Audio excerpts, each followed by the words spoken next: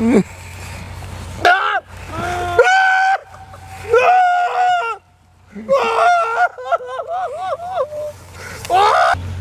That's so fun.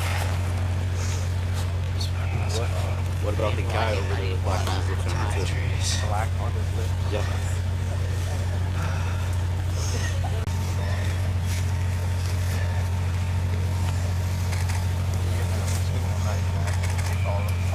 No, get it all off. Come on, Nike, come on. Okay. You're hitting do more off stuff. Yeah. I can't use my right arm. No. Spontaneous respiration.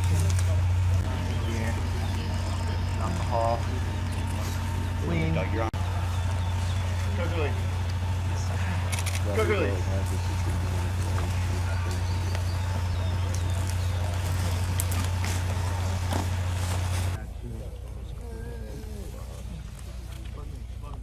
You hit the gym? This better? No, but I'm here, so.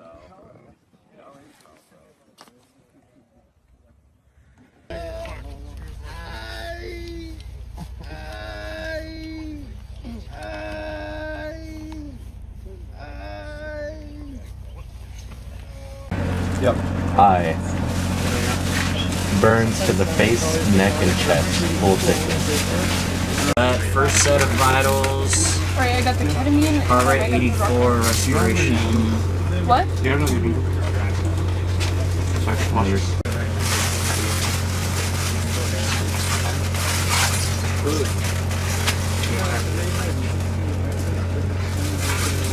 Became unresponsive went partway through the scenario. Okay, His I need an early amputation. amputation.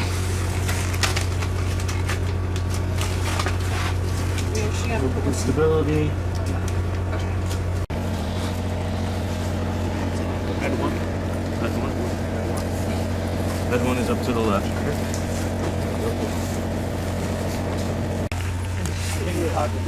Back up now. So from this device right now, so the AI. You got the MISCA? Card? You got the MISCA?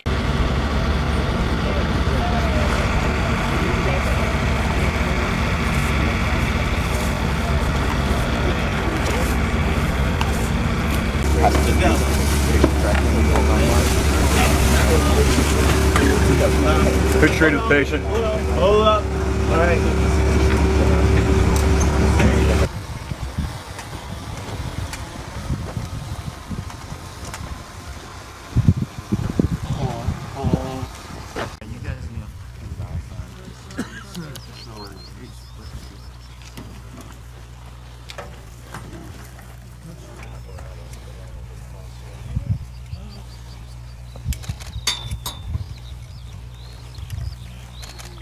Optimized by no means.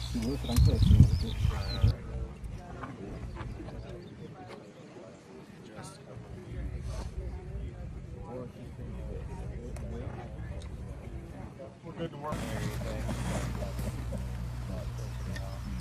More of a module.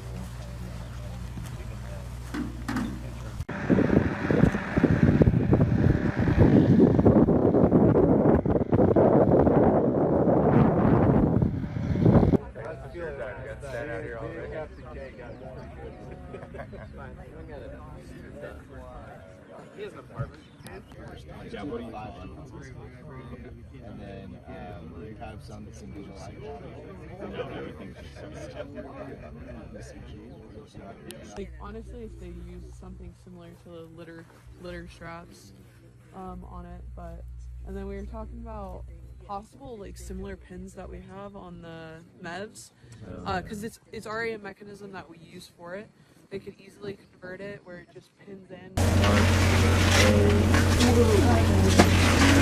You got it? Yep. Side step.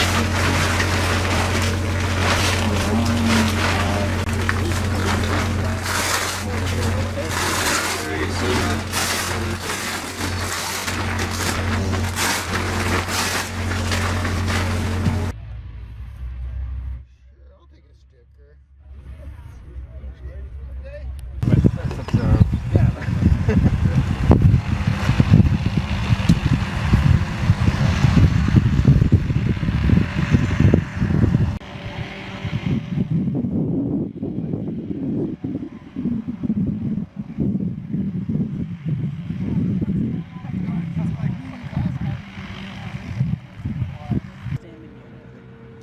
Hi, I'm Captain James Yu. I'm with the 75th Innovation Command, which is part of the U.S. Army Reserves.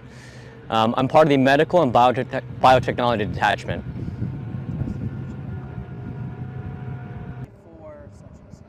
I see.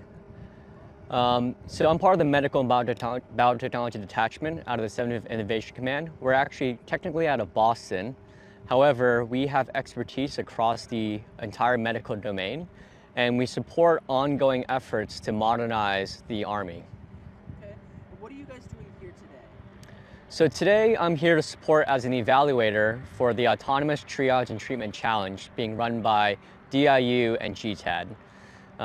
Based off our medical backgrounds, we're providing subject matter expertise in how these new technologies will be implemented and which ones to be selected for further prototyping within the Army. What does that look like in the field? So the Army has many different demands to improve how medical decisions are made.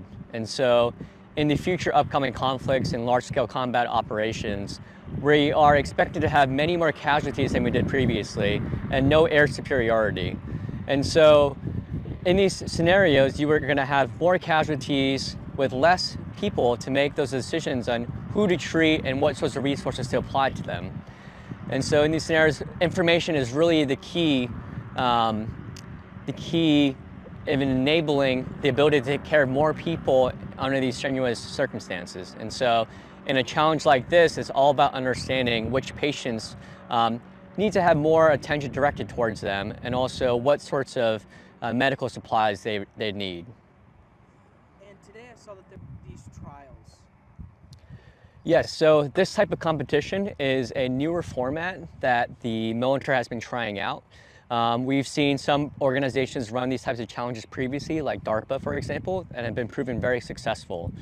And so right now, we have many commercial off-the-shelves technologies or emerging technologies that some of these smaller vendors are very good at developing and creating into a capability that can be fielded within the next 1 to 2 years. However, there are no good clear-cut mechanisms or funding vehicles to get these commercial off-the-shelves products into the hands of the warfighter. And so challenges like these can help identify who the top contenders are in a challenge and a field environment and operationally relevant setting, and then get those onto a prototype and other transactions for prototype contracting, and therefore can speed up how they develop their product into a product that is actually usable by the warfighter on the front lines. It looks like there's on today. Innovation lies in the U.S. military's veins and their DNA. And so today, we're looking at technologies that will really improve the U.S.'s ability to fight and take care of its warfighters in the future large-scale combat operation environments. And so today, part of the challenge, one of the main things we're looking at is some kind of sensor that is placed on a casualty that can help medics and care providers understand when they're at further risk for decompensating or going into states where their physiological states are not in a good place, essentially. And so these wearables or these sensors need to be able to relay key information and vitals and statistics to some information source to help medics and other care providers make those decisions in whether or not they need to pay further attention to them, whether or not they need to evacuate them, or whether or not they need medical supplies such as more blood. Wow. Kind of testing these products with the warfighter. You know, one thing I really appreciate in these scenarios is we're taking the product out of the lab setting and putting it into a field environment. Because a lot of these technologies, you know, they're tested in a very controlled setting where everything is right, the temperature is perfect, there's no rain. But what DIU is doing here in terms of bringing the technology out to the field where soldiers are actually operating, I think that is one of the most commendable things that they're doing here, really testing the field environment. It also seems like innovation is being pushed, connected to the Army as a whole. So technology moves rapidly, And with each new invention, with each new technology, it really accelerates faster and faster. And right now, the limiting factor is how we actually adopt these technologies and implement them into the modern workforce.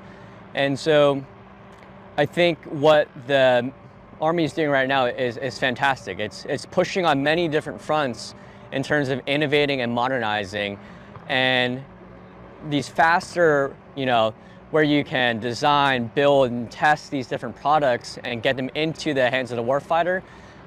These types of innovations are really required in order to stay relevant in this peer-to-peer type of environment.